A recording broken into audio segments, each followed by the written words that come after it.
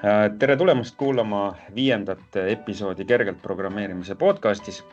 Ja täna on meil lisaks Arvile ja Kristjanile ka külalisesinejana Monika. Ja Monika on Solita Eestis arendusvaldkonna juht. Ja tänaseks teemaks on meil see, et me räägime siis sellest, et kuidas üldse on töötada Power Platform arendajana. Ja mis on selles huvitavat, mis on keerulist ja seda siis konsultatsiooniettevõtte näitel. Ja võib-olla alustakski ma siis sellise üldise küsimusena, et Monika, oletame, et ma olen üliõpilane ja just magistritööd kirjutamas ja siis mõtlen, et kuhu ma tööle läheks. Ja siis mõtlen, et okei, selline huvitav, et konsultatsiooniettevõtte või sise-IT, et mida ma saaksin siis nagu valimisel silmas pidada, et kuidas see konsultatsiooniettevõtte setup üldse on?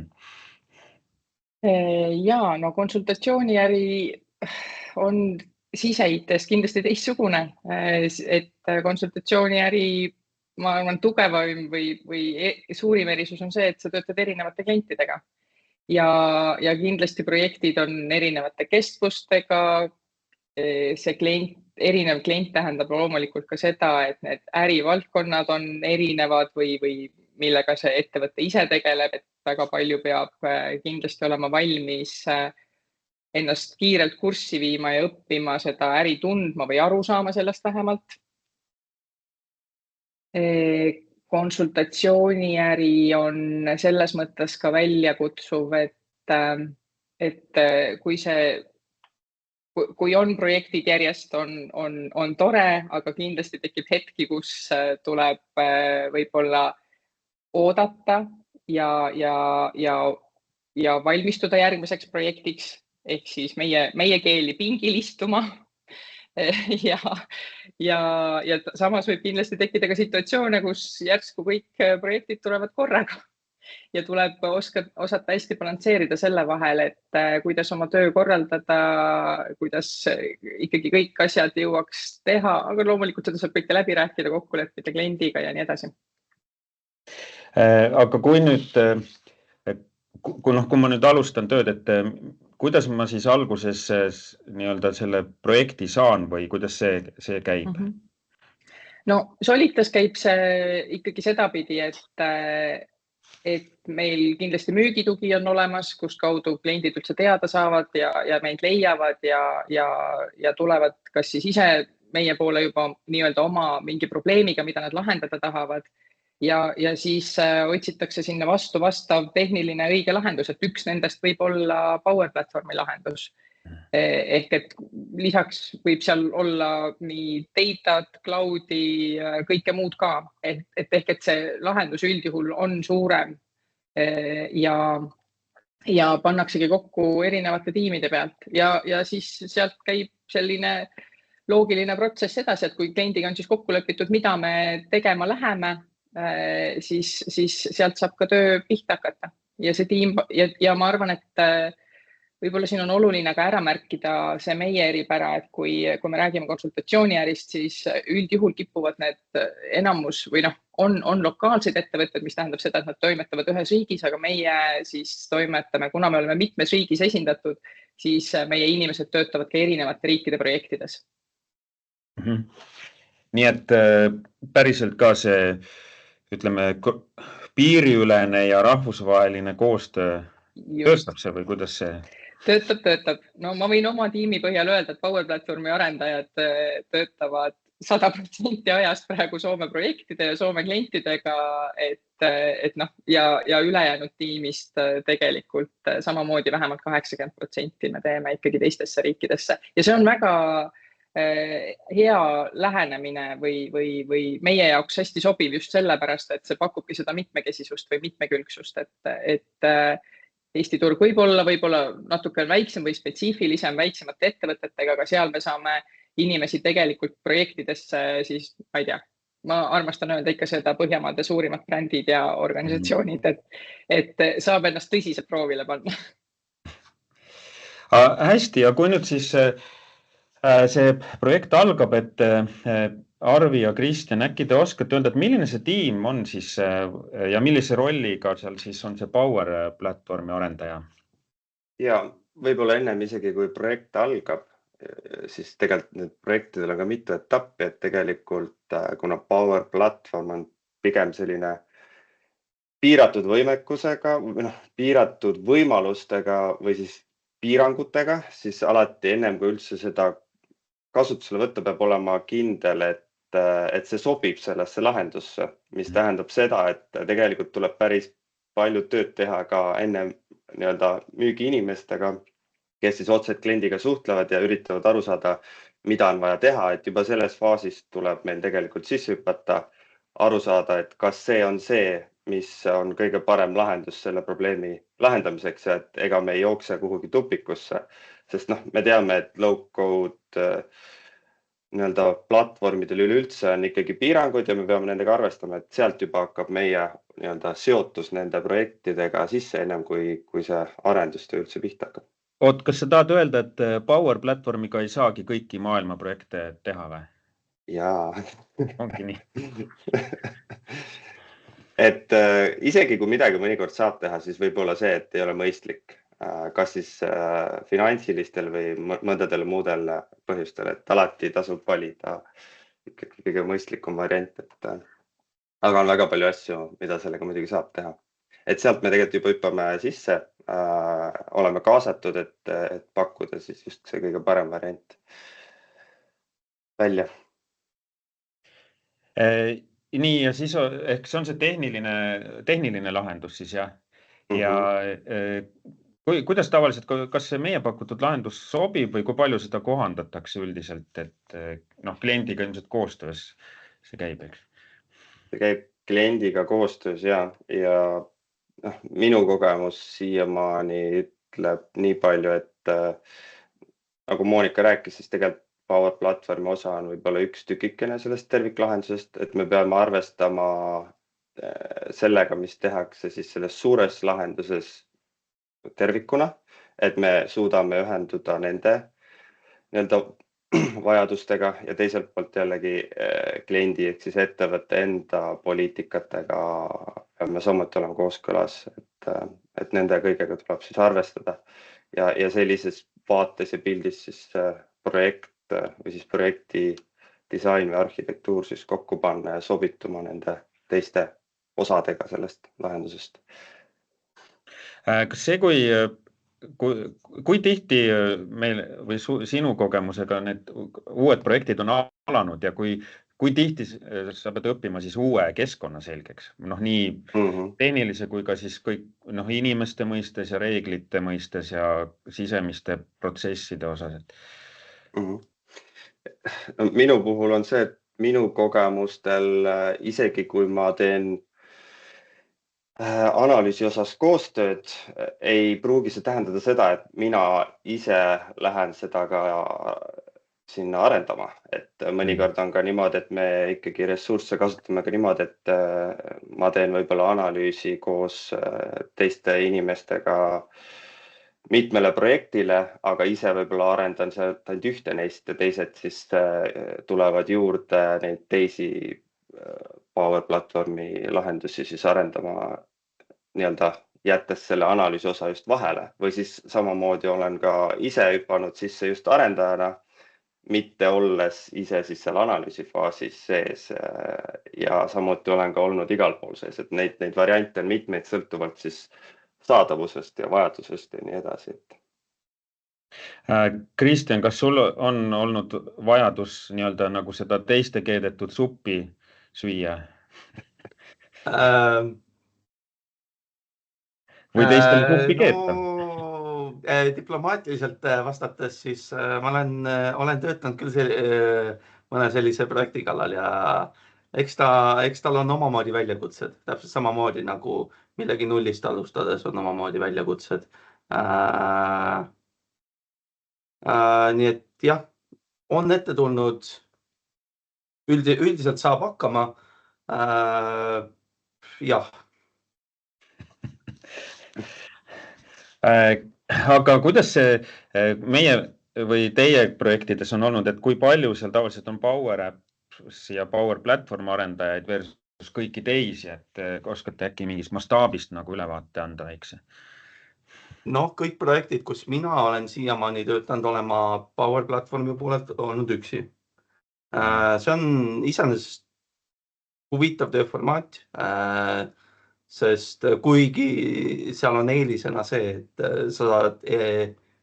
et sa ei pea väga palju kellestki teisest nagu just Power Platformi kontekstis sõltuma ja saad üsna hästi oma tööd ise planeerida, ei pea muretsema selle pärast, et kes, mis, kus muid asju teeb ja millal ta nendega valmis saab. Et siis see tekitab märgatavat vabadust ja laseb väga palju oma tööd ise planeerida.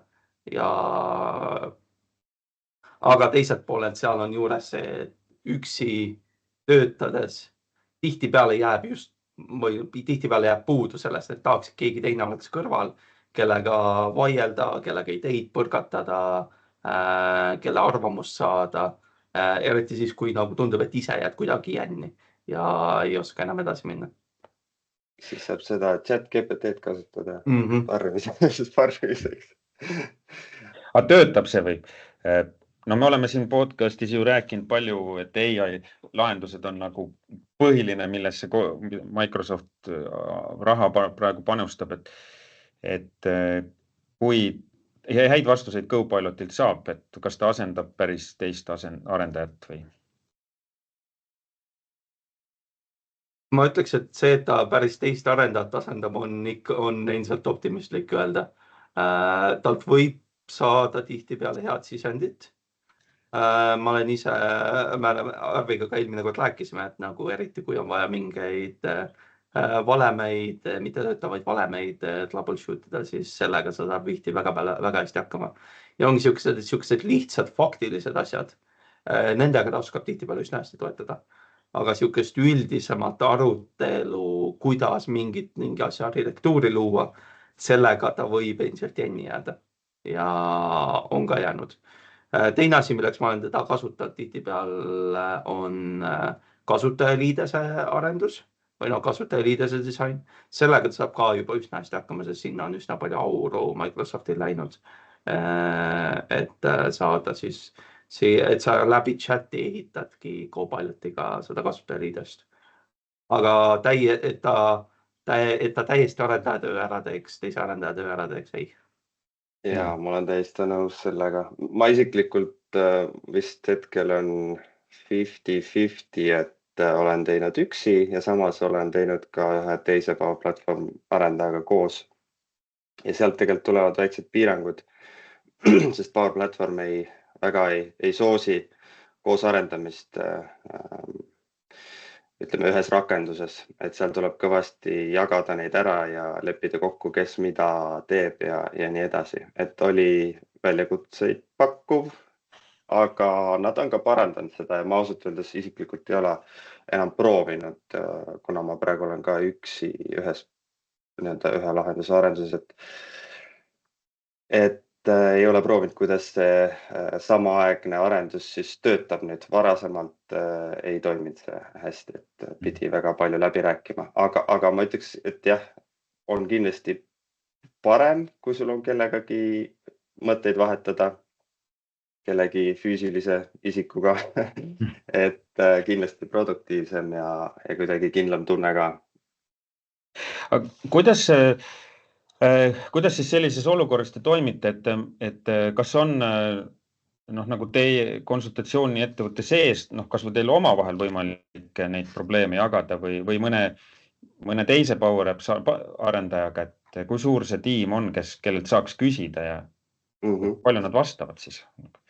See tugi on meil õnneks olemas ja see on nagu väga hea, sest meil Soome poolelt on päris palju Power Platform arendajaid ja meil on ühised meetupid, koosolekud ja me suhtleme ka Slackis pidevalt, kui kellelgi on mingisugune, kas näiteks mingi uus asi, mis on välja tulnud ja võib-olla kõik ei jälgi kogu aeg, võib-olla aega jälgida, siis me üksteisele ikkagi postitame, et vaadake seda äge asi. Või siis kui kellegi on probleem, siis julgelt kirjutab, et palun, et mul selline asi, et ei ole varasemat kogemust sellise sellise lahendusega, et kas kellelgi on kogemust ja kui on, siis üldjuhul ikkagi aidatakse. Et jagatakse kogemust ja näpunäiteid ja saab palju kiiremini edasi. See on väga positiivne. Kuidas teie hinnangul siis on see teema, et me natuke rääkisime sellest, et peab erinevates projektides erinevate keskkondadega, ma mõtlen nii ärilise kui inimestega tutvuma. Et kas see on nagu pigem hirmus või pigem huvitav? Kus see tasakaalupunkt on? No, minu vaates on see huvitav, aga see sõltub pigem vist inimesest. Et konsultatsiooni ettevõttes töötades ongi niimoodi, et kuna kliendid on erinevad, projektid on erinevad, siis on hästi vahelduv ja minu vaates põnev ja huvitav. Aga sellega tuleb arvestada, et need lahendused on erinevad, et kui olles sisemises IT-s, siis tõenäoliselt ikkagi töötad samade tehnoloogiatega pidevalt, aga olles erinevates projektides, siis need kogu aeg vahetuvad, mis tähendab, et sa pead ise ka kogu aeg arenema, õppima, ennast täiendama, et siis osata nende erinevate teenustega ühenduda siis Power Platformi vaates. Jah, ma olen sellest Vabandust, ma võib-olla juhiksin veel tähelepanu ka sellele, et te räägite väga hästi tehnilisest aspektist, aga konsultatsiooniäris, et kui me töötamegi erinevate organisatsioonide või ettevõtetega, siis see kultuuriline pool on ka seal oluline. Selles mõttes, et ettevõtetel on erinevad kultuurid, erinevad tavad, erinevad töömeetodid, mida kõike veel ja vot see on ka kindlasti see, milleks peab valmis olema, et on väga erinevaid kogemusi ja see on selles mõttes paratamatus. Jah, aga samas see on ka nagu lisaks tehnilisele aspektile, ka see kultuuri pool on ka huvitav kokku puutuda erinevate ettevõtetega erinevatest lõikidest ja saada aru, et nagu töömeetodid, töökultuurid vahepeal erinevad.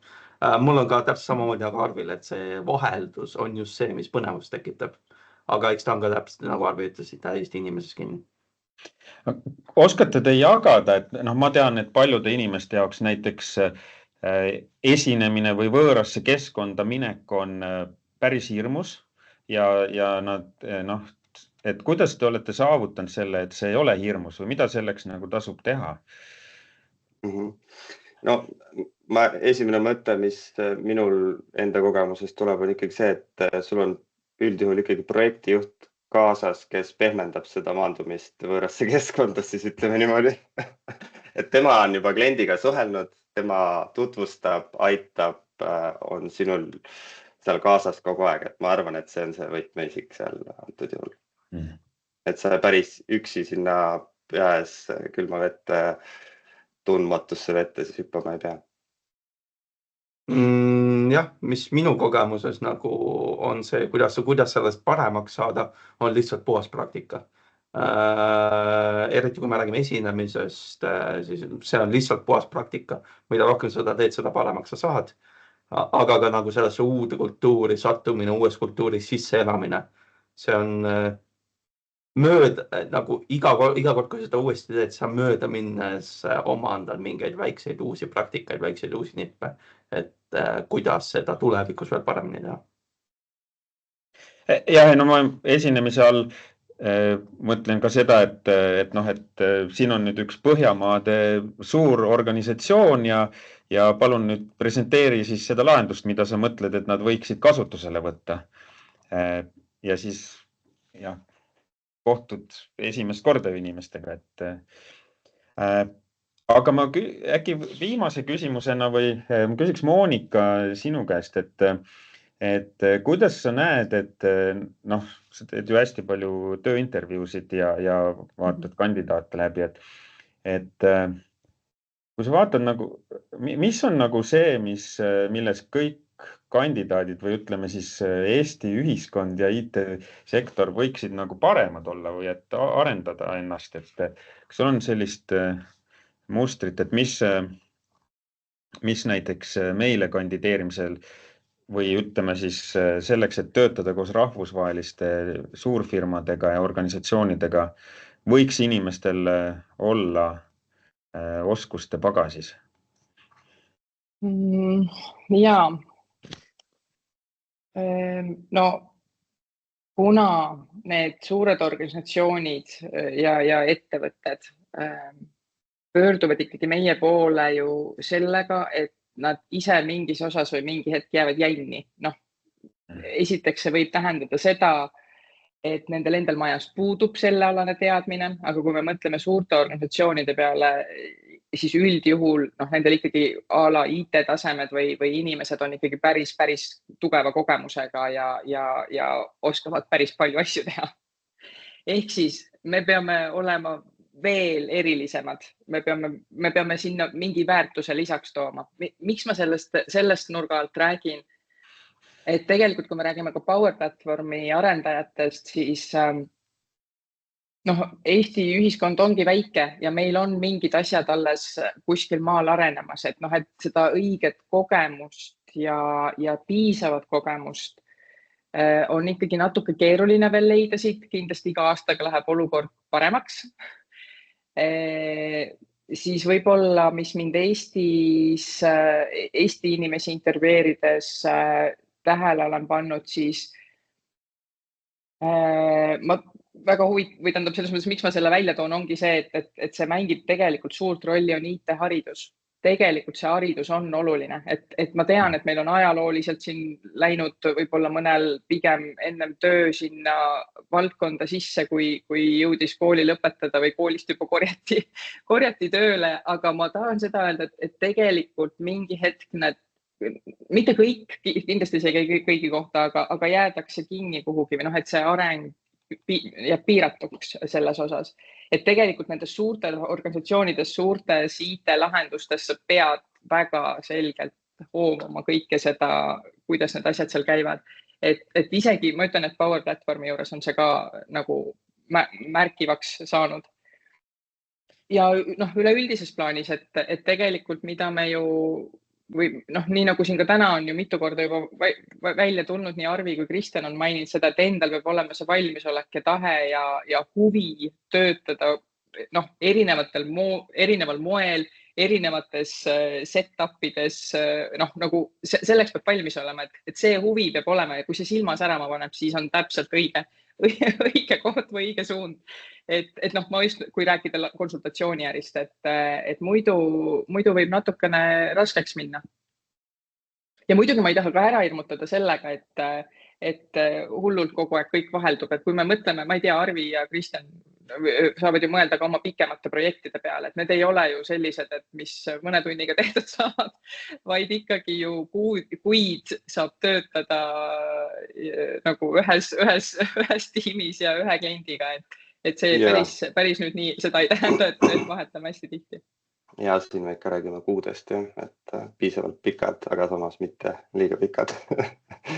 Platvormi puhul vähemalt. Just, et võib-olla tavalise arendusega on see erisus, et kui need tavalised arendusprojektid on võib-olla 1,5 aastat, 2 aastat, isegi rohkem, siis Power Platformi puhul nad võiksid ikkagi olla lühemad.